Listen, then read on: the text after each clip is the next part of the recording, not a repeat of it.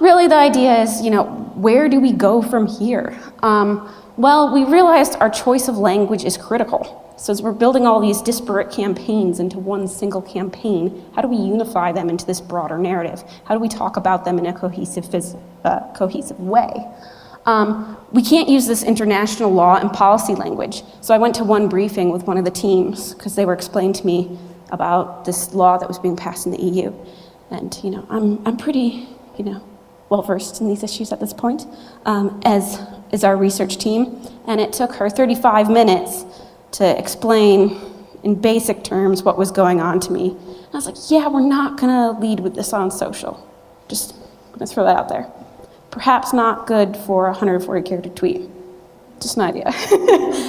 So we didn't, so it's really about how do we choose the right opportunities? How do we choose something to show to this broader audience, and how do we talk to them? And what language are we using? And what it is looking for a language and looking for those things and those moments that can connect people and talk about, how can we capitalize on our commonalities? Tone really matters for refugees, and not just about this project and our audiences, but us as a brand, right? So we have this really big moment in social where we're really defining who we are as an organization and where we stand on this issue. And so, like I said, there was a lot of pushback on why weren't we using this image? We're supposed to have commentary and push it out. Well, that's not who we are as a brand. Who do we want Amnesty to be as a brand?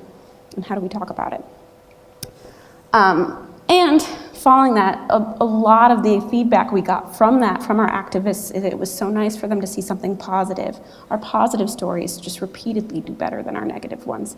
Because especially when you're working on issues, and I won't even get into sentiment tracking right now because it's impossible to use any automated things at our level, because when people are angry, that's good. We want people to be angry. Doesn't mean they're angry at us, it means they're angry about the issues, so we're working through that right now. But yeah, it just gave a completely different perspective. We're also focusing on our external environment. So I've only been at Amnesty a little over the year, and when I first got there,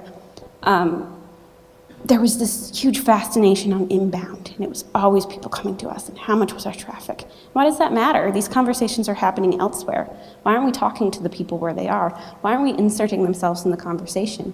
Our social presence is huge. Like I said, we have 70 offices around the world. They all have their own social channels. It's all built organically. So not only do we have a big Amnesty ecosystem, but we have beyond that when we have these broad global issues. And so how do we insert ourselves there? How do we find the influencers? How do we make sure we're talking to people where they're talking to, instead of always being fascinated when they come to us? And it's just changing thinking slowly. So it's like building that petition that's on Facebook only. You know what? They don't have to come to our website.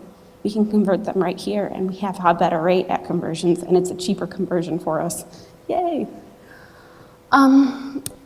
Also looking for the story behind the story. So what does Amnesty add to the wider picture? So like I said, this very complex issue. We don't have to talk just to hear ourselves speak. We don't have to talk on all of these issues, especially not on our broad public channels. It just doesn't make sense.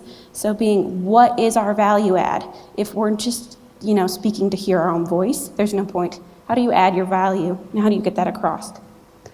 And then really doing audience-centered communications. So identifying our audiences, looking at how they differ. We just talked a little bit about Facebook and Twitter being our primary channels, but as we're looking at launching in more and more channels, how do those audiences differ? How do we tailor our content to them specifically?